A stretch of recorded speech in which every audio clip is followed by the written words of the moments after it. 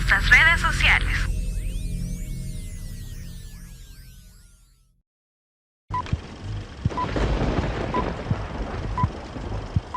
A continuación, palabra de Dios.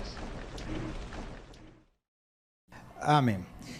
Mis estimados hermanos, la palabra de nuestro Dios dice que Dios es amor y también, ¿qué dice? ¿Dice eso la palabra? ¿Dice eso la palabra? ¿Están seguros? Le doy $100 si me sacas el versículo de la Biblia. Ya algunos comienzan, pero mire, yo he escuchado toda la vida que Dios es amor y es fuego consumidor. La Biblia afirma que Dios es amor. Posteriormente, la Biblia dice, porque nuestro Dios es fuego consumidor. En Hebreos y en Deuteronomio. El detalle es que depende cuál sea su condición espiritual. Usted va a exaltar el amor de Dios o va a exaltar el fuego de Dios. Ahora yo quiero comentarle o preguntarle y usted respóndase a sí mismo. ¿Cuál de las dos condiciones para usted es más relevante o más digna de ser exaltada? Porque cuando nosotros afirmamos y ponemos a la par que Dios es amor, pero es fuego consumidor, muchas veces desconocemos que estamos entrando en una, no sé si decirle una corriente religiosa, una filosofía oriental, de un símbolo que muchos, estoy seguro, conocen. A veces me consiguen rápido el yin yang ahí, por favor. Que es ese símbolo, no, esa es la silueta, el yin yang. Que es una ruedita con dos colores, que es el blanco y el negro. Esa representación o ese símbolo habla de una, llamémosle, de una dualidad, en donde se pone en la misma condición el bien y el mal. Y que para que exista un apropiado equilibrio en el mundo, es necesario el bien y el mal. Es exactamente. El blanco representa el bien y el negro representa el mal. Y tan importante es el bien como importante es el mal. Entonces hay un Dios bueno y hay un Dios malo. Y para que todo tenga un correcto equilibrio, debe existir tanto el uno como el otro. ¿Qué le parece? Ahora, ¿compartimos los cristianos eso? No, hermano, no lo compartimos nosotros. Entonces, cuando nos vamos a la Escritura, hermano, vamos a encontrar lo que veníamos hablando. Sí, la palabra afirma que Dios, hermanos, es fuego consumidor. La pregunta es, ¿con qué lo asocia usted? ¿Con qué lo asocia? ¡Con el pecado! ¿A cuántos de nosotros nos hubiera consumido ya? Pregunto yo así, sinceramente, ¿a cuántos nos hubiera consumido ya? Es necesario superar nuestra condición religiosa y comprender lo que la palabra enseña. ¿Cuántas veces en la Biblia se habla de que Dios es fuego consumidor y en qué contexto lo está diciendo? Ahora, el mensaje de esta mañana se llama así: Dios es fuego consumidor. Y que ardamos todos, hermano.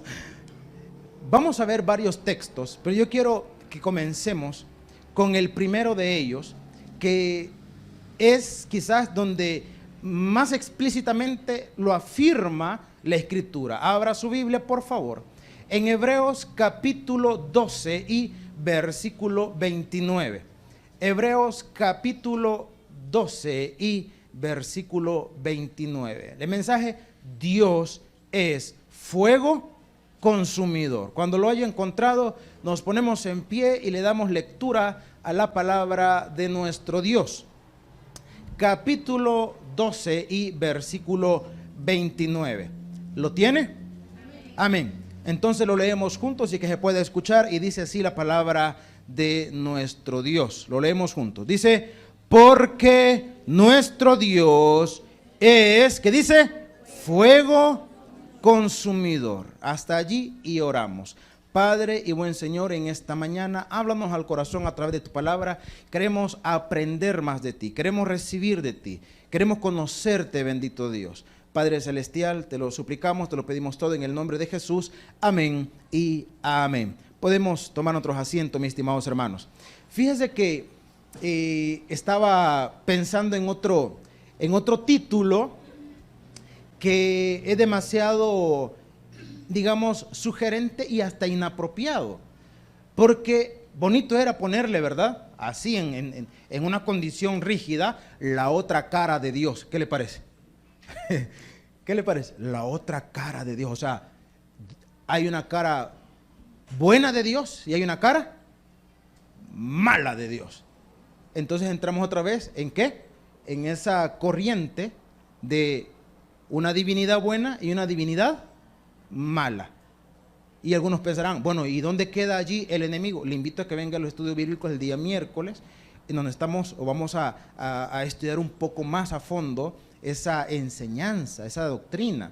Pero no podemos poner al enemigo en una condición de divinidad. Divino solamente Dios, hermano. Solamente Dios. Entonces, la Escritura, le dije, en dos oportunidades menciona que Dios es fuego consumidor. Ahora, los traductores de la palabra y los eruditos bíblicos nos han ahorrado mucho trabajo a nosotros. Recuerde que la Biblia en el original de la Escritura no está dividido ni en capítulos, ni versículos, ni en títulos. No lo está. Entonces, si lo queremos resumir, váyase al título del pasaje, o sea, al versículo 12, y solo lea el título que ahí está, y eso le va a ahorrar mucho. Ahora, no le digo que no lo lea, léalo. Pero el título simplemente dice: los que rechazan, ¿qué dice? La gracia de Dios. Entonces, la pregunta es sencilla. Para los que rechazan la gracia de Dios, entonces, para ellos Dios es, ¿qué, hermanos? Fuego consumidor. Ahora, váyase por favor a Deuteronomio capítulo 4 y versículo 24. Capítulo 4 y versículo 24. Deuteronomio capítulo 4, versículo 24. ¿Lo tiene, hermano? Muy bien, si ya lo tiene, lo leemos. ¿Qué dice la palabra? Capítulo 4, versículo 24. Porque Jehová, tu Dios, es, ¿qué dice? Fuego consumidor, Dios celoso. Aquí vamos entrando ya un poquito más en detalle. Hermano, ¿de qué viene hablando todo el pasaje? Es una advertencia. Si usted quiere una vez más resumirlo, vaya al versículo 15 y allí el título le va a dar una idea. Repito, no se conforme con leer el título, lea todo el pasaje, pero le da una idea de qué está hablando la porción bíblica. Es una advertencia contra la... Entonces tiene sentido cuando la última parte dice que Dios es, ¿cómo? Celoso. Es celoso. Ahora, habiendo entendido estas dos porciones, estos dos versículos, entonces nos vamos a la parte que vamos a ir así más despacito, ¿verdad? Para que tengamos claro estas dos porciones de la palabra. Si usted está esperando que alguien arda, ¿verdad?, en la ira de Dios, porque desgraciado que es, vamos a meditar lo que la palabra enseña. Váyase a Hebreos, en el capítulo 10 y versículo 26.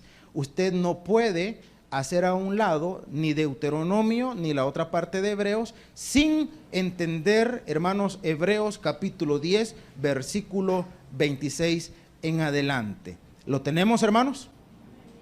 Amén. Si ya lo tenemos, comenzamos a meditar y a estudiar juntos esta porción de la palabra. Dice la Escritura, porque, a ver, leámoslo, dice, porque si pecáramos voluntariamente, después de haber recibido el conocimiento de la verdad, ya no queda más sacrificio por los pecados, sino una horrenda expectación de juicio y de hervor de fuego que ha de devorar a los adversarios. Comencemos con estos dos versículos. Dice, porque si pecáramos, ¿cómo? Si pecáramos, ¿cómo? Voluntariamente. Aquí entremos en este detalle, hermanos. Primero, vamos a entender la palabra pecado. Yo le pregunto, ¿qué es pecado? ¿Qué es pecado? Definición práctica, una cosa chuca. Cosa chuca es pecado. Errar al blanco. La palabra pecado, muchas veces nosotros lo asociamos, hermano, a todo aquello que para nosotros es inapropiado.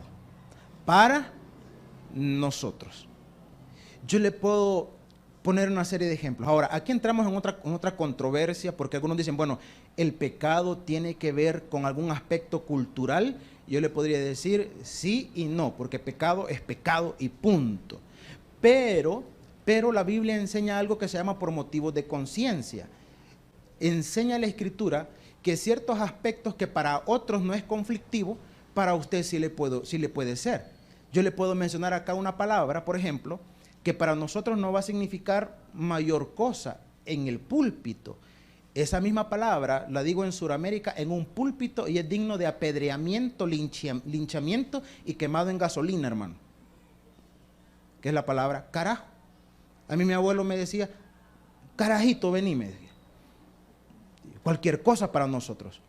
En otras circunstancias es una palabra, hermano, extremadamente inapropiada, digna de los más vulgares y callejeros que pueden existir. Y por Dios que en una iglesia, mucho menos en un púlpito, no usted, no olvídese. Entonces, entendamos acá entonces el término pecado. El término pecado viene de una palabra griega que es amartía. Y esa palabra significa específicamente, como decía nuestra hermana Milagro, errar al blanco. Y toma, digamos, se utilizaba en las competencias olímpicas. Recuerde usted que las competencias olímpicas, hermanos, tienen cantidad de años. Ya en la época del apóstol Pablo ya se corrían olimpiadas y habían varias competencias. Entonces, los competidores o los guerreros en sus entrenamientos hacían lo que para nosotros sería jugar a la puntería, ¿verdad? Disparaban la flecha y el que hacía el tiro perfecto es el que pegaba, ¿dónde? En el centro, en el blanco, pero no es blanco, es negro, irónicamente.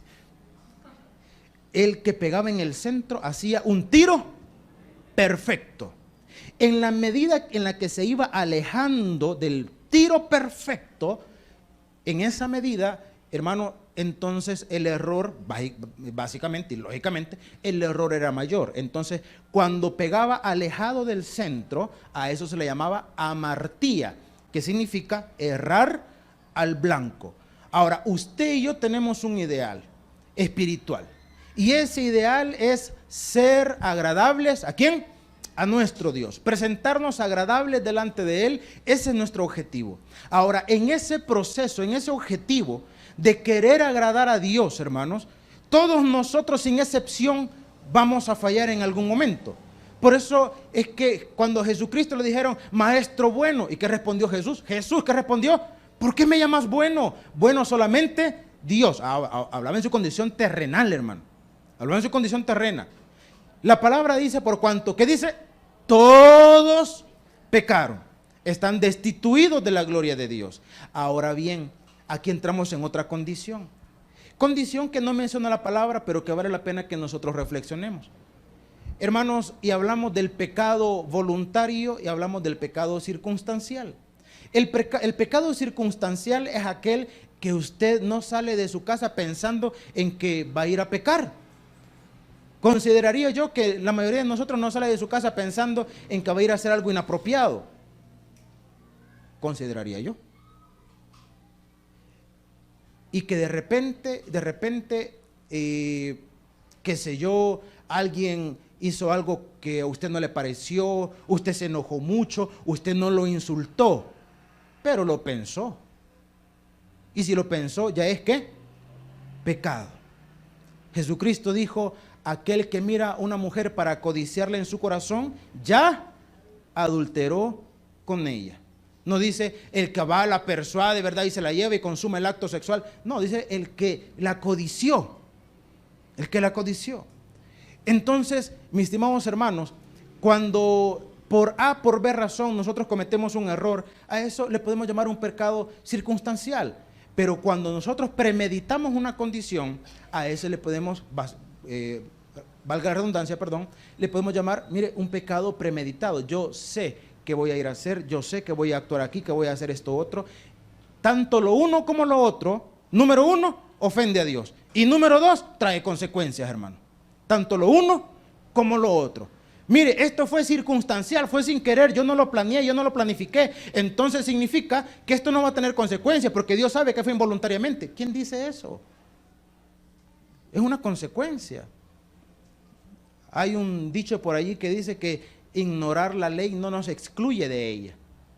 Mire, pero yo no sabía, en el caso de tránsito, ¿verdad? Yo no sabía que este cruce era inapropiado, así que como yo no sabía, perdóname la multa. Mire, el policía lo que le va a decir, mire, lo siento mucho si usted sabía o no sabía, pero usted cometió la infracción, por lo tanto, lo tengo que multar.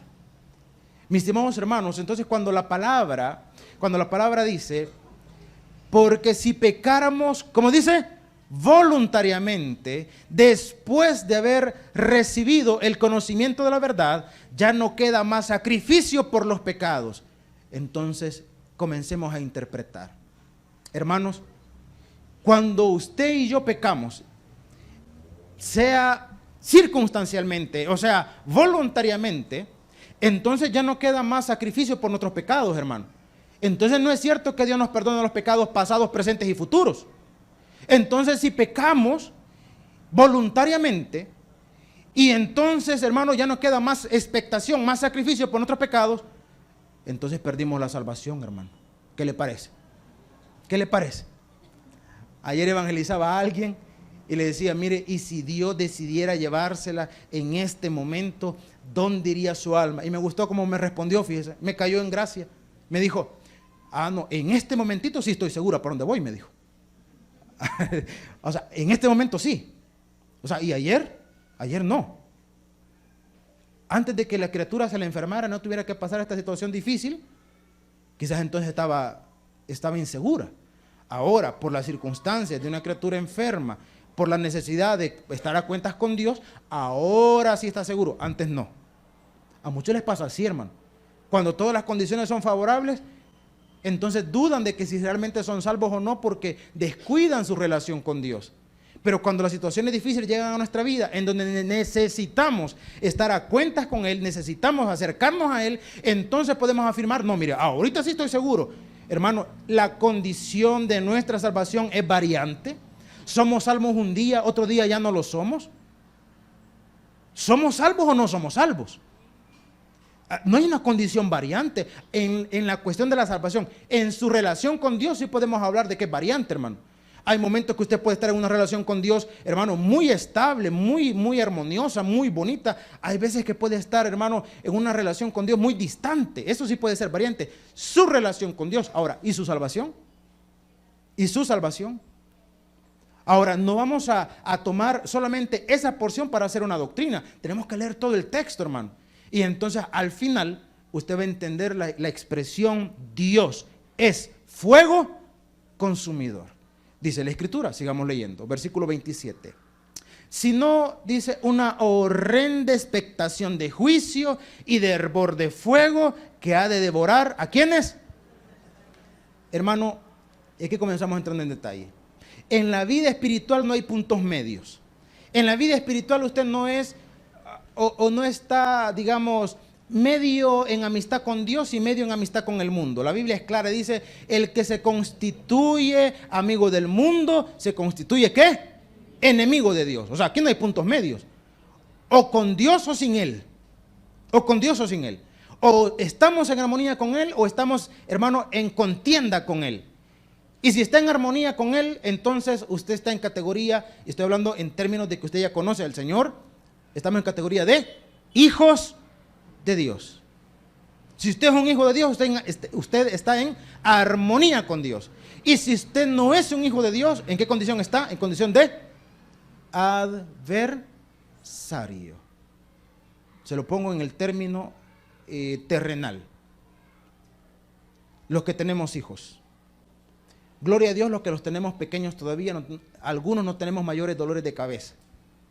En la medida vayan creciendo, entrando a la adolescencia, a la juventud, Dios no lo permita, pueden entrar en una etapa de rebeldía, en una condición donde van a retar su autoridad y donde se van a hacer malcriados. Ojalá Dios quiera que no suceda, pero sucede y no lo podemos negar. Hermano, y yo le pregunto a usted como padre o como madre, ¿y ese hijo rebelde, ese hijo malcriado, ese hijo desobediente, deja de ser su hijo? ¿Le saca canas verdes? ¿Le molesta, le encoleriza? ¿Le enciende en ira? Sí, ¿verdad? ¿Deja de ser su hijo? No, es su hijo. Y algunos dicen, es mi hijo que está en rebeldía. Es mi hijo.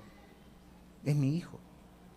Entonces, ahora yo le pregunto a usted y defínase. ¿Está usted con Dios o sin Él?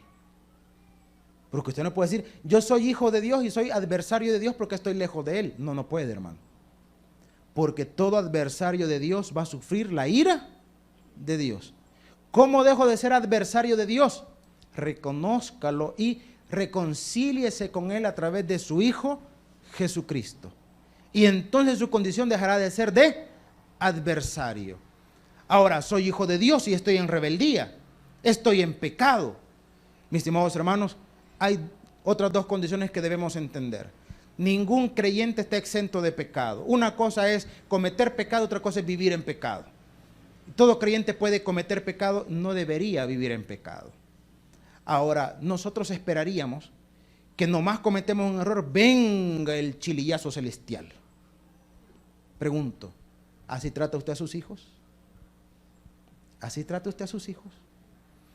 Y si nosotros siendo malos, sabéis dar buenas dádivas a vuestros hijos, ¿cuánto más nuestro Padre Celestial?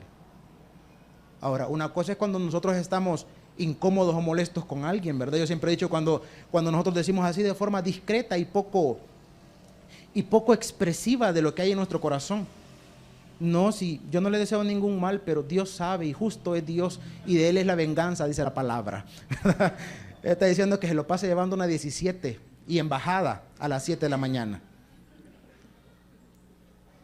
No, mire, si esa gente es chismosa, yo no le deseo ningún mal, pero bueno sería que cuando estén friendo plátanos algo les pase en la lengua. ¿Verdad? O sea, así somos de discretos, ¿verdad? Así somos de discretos. Entonces, no, pues Dios es fuego consumidor. Ya ver, ese desgraciado, desgraciada, a ver, ¿cómo lo va a dejar Dios? Como que es chicharrón del centro, es que tiene más grasa que carne. Sí lo va a dejar Dios, ya va a ver. Hermanos, aquí la Escritura dice, sino una horrenda expectación de juicio y de hervor de fuego. Esta es una descripción de la ira de Dios, hermano. No vamos a descartar esa condición. Ahora, ¿para quién está preparada esa ira de Dios que menciona la Escritura? Esa horrenda expectación de juicio y de hervor de fuego, ¿para quiénes está preparado? Para sus adversarios. ¿Quién es un adversario? El que está en contra, el que va en contra de Dios. Sigamos leyendo. Dice versículo 28. El que, y ojo, vayamos interpretando. Dice, el que viola la ley de Moisés por el testimonio de 2 o 3 testigos muere, ¿qué dice? Irremediablemente. Ahora, el que viola, ¿el que dice? El que viola, ¿qué? Hermanos, nosotros estamos bajo la ley. Pregunta, ¿nosotros estamos bajo la ley? Estamos por gracia. Ahora, cuando dice la palabra, el que viola la ley, y específicamente dice, de Moisés, tendríamos que remitirnos nosotros, hermanos, a Levíticos y a Deuteronomio, que es donde expresa la ley. Ahora, la ley, cuando estamos estudiando Gálatas, si usted viene a los estudios bíblicos recordará, la ley, hermano, no era nada sencilla, porque la ley establecía aspectos muy rigurosos, en muchos aspectos, en la convivencia, en la alimentación y en la normativa, llamémosle espiritual, muy rigurosa. Era tan rigurosa que la Biblia narra un acontecimiento en donde un hombre andaba recogiendo leña en día de reposo. Y al tal hombre lo descubrieron, que sí, hermano, que sí, recogiendo leña. ¿Qué estaba haciendo? ¿En qué día le dije? Y el día de reposo tenía que respetarse y no hacer ningún tipo de trabajo. Y recoger leña es trabajo. Entonces lo descubrieron, lo agarraron, hermano, lo sacaron del campamento y lo apedrearon por blasfemo, por faltar a la ley de Dios. Ahora, Gálatas dice que el que quiera vivir bajo la ley será juzgado. Significa que váyase usted a la ley.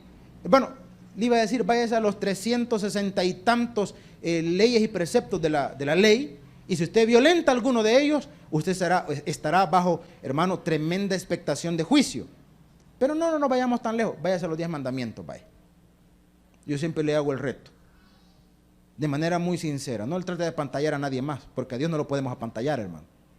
Váyase a los 10 mandamientos, léalos a ver si los pasa, vaya. Mire, pero cumplí 6 de los 10 y con 6 se pasa de panzazo, pero se pasa. Es en la escuela, hermano. Y ni en todas, por si acaso, ¿verdad? Mire, pero llegué a 9, usted, ¿y quién no pasa con 9? Para Dios no existe ni siquiera el 9.99, hermano. Para Dios existe la perfección. Y por eso es que el único que pudo cumplir a perfección la ley fue Él mismo. Por eso es que nosotros somos salvos, si quisiéramos decir de esta manera, mire, somos salvos porque hemos cumplido la ley, sí, pero no en nosotros, sino en Jesucristo. Entonces, sigamos leyendo la palabra. Dice la Escritura, el que viola la ley de Moisés, por el testimonio de 2 o 3 testigos, ¿qué dice, hermano? Muera. Ah, no, pero mira, aquí está hablando figuradamente. ¿Está hablando figuradamente, hermano? Hermano, ¿está hablando figuradamente? No, hermano. Está hablando literalmente. Literalmente. En otras palabras, si nosotros nos vamos a someter bajo la ley, y si 2 o 3 testigos vienen y testifican contra nosotros que violentamos la ley, lo sentimos mucho, hermano. Tenemos que partir de este mundo. ¿Está preparado? Tiene que morir. Aquí no está hablando espiritualmente, está hablando literalmente. Entonces dirá usted, bueno, y entonces, ¿en qué vamos cayendo entonces? Es que ese es el sentido que tenemos que encontrar. Dice la palabra, sigamos leyendo. Versículo 29, cuanto mayor castigo pensáis que merecerá el que, aquí vamos a entrar en el sentido, mire, el que pisoteare al Hijo de Dios y tuviere por inmunda la sangre del pacto en el cual fue sacrificado e hiciere afrenta. ¿A quién? Al Espíritu de gracia. Hiciera afrenta. ¿Qué es eso de hacer afrenta? Le resistiere, le negare, le despreciare. Entonces, vamos una vez más cayendo en la cuenta. Puede, y escuche bien cómo se lo voy a plantear. ¿Puede un nacido de nuevo hacerle afrenta al Espíritu Santo? ¿Un nacido de nuevo puede hacerlo? No, hermano. ¿Un nacido de nuevo puede cometer la blasfemia contra el Espíritu Santo? ¿Un nacido de nuevo puede hacerlo? No, hermano. ¿Cuál es la blasfemia? ¿Cuál es el pecado imperdonable? Hermano, es hacer o ignorar o despreciar el mayor de los regalos que Dios le ha dado a la humanidad.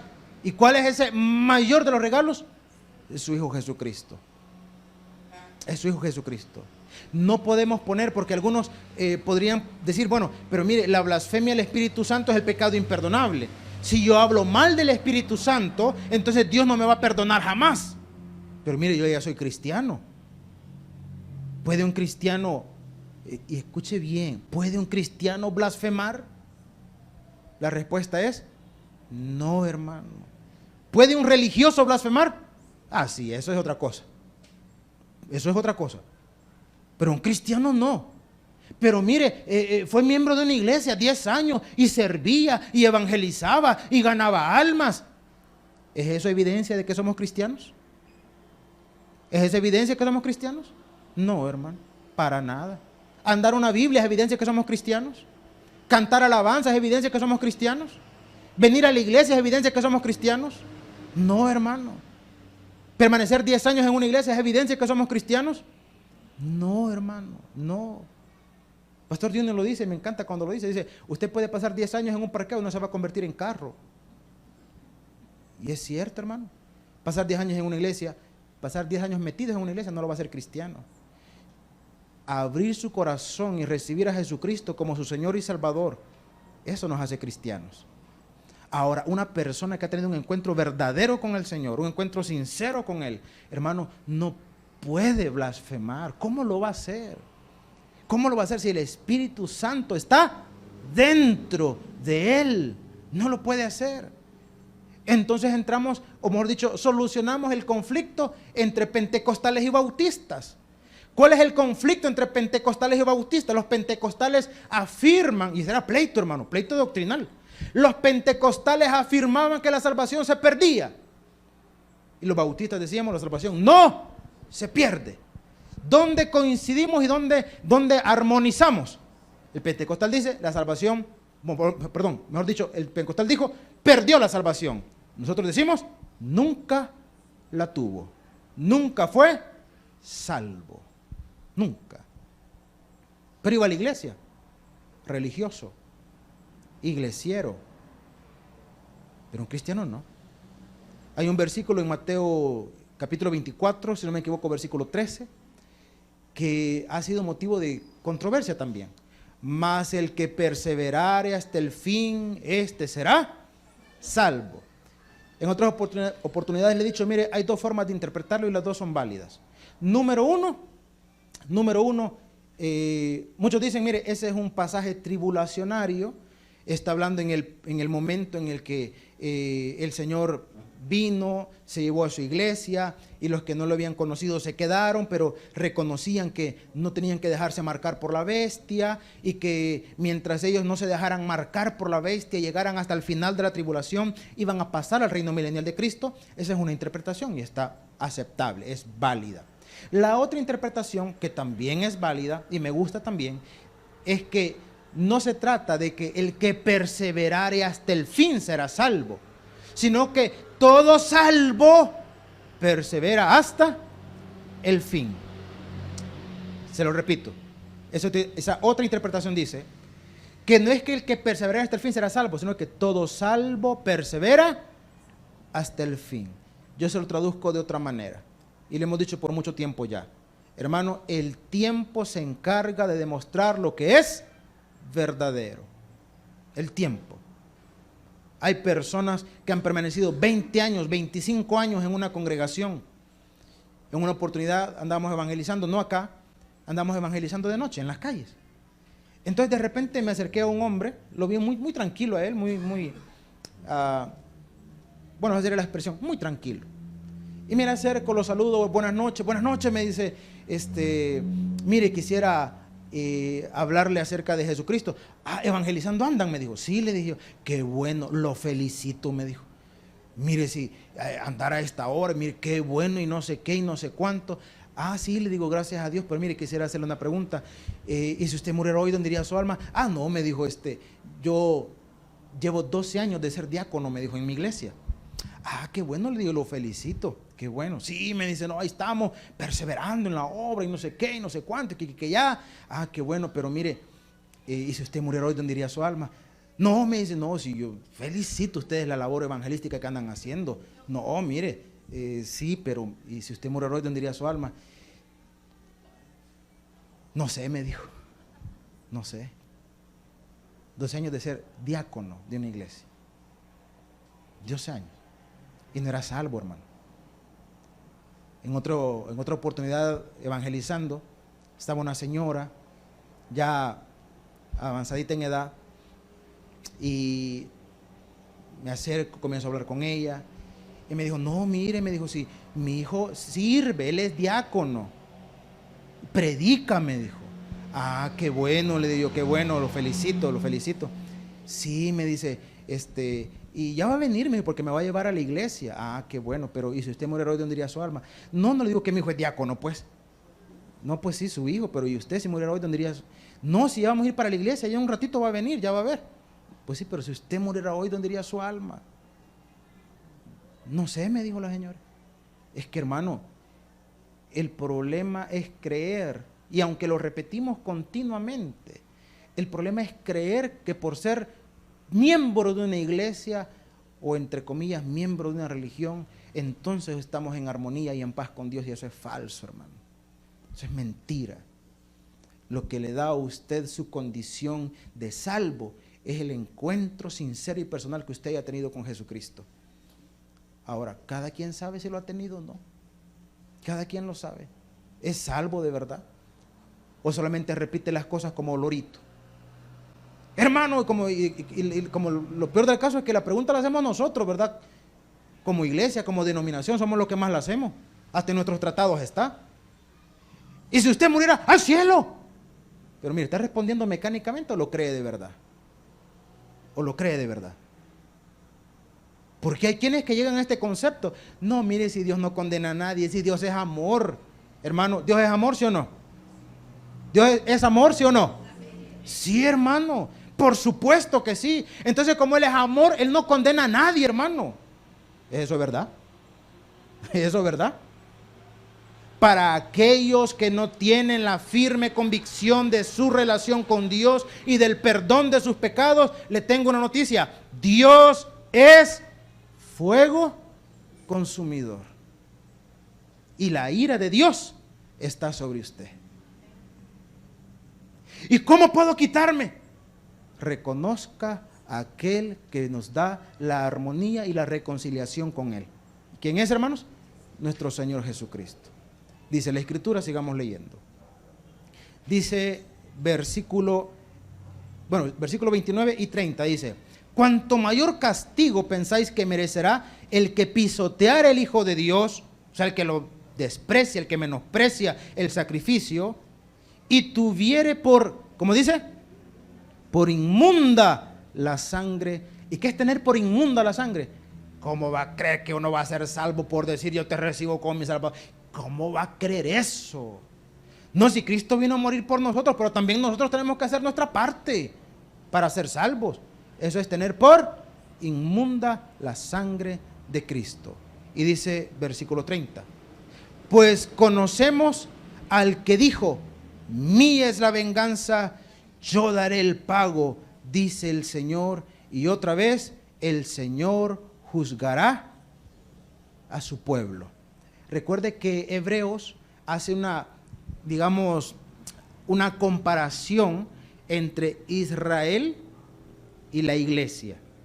¿Dios juzgó a su pueblo Israel, hermanos? ¿Dios juzgó a su pueblo Israel? Sí, sí lo hizo. Ahora, Dios, ¿a quién va a juzgar? Hablando de nuestro tiempo, ¿a quién va a juzgar? ¿A quién va a juzgar Dios en este tiempo?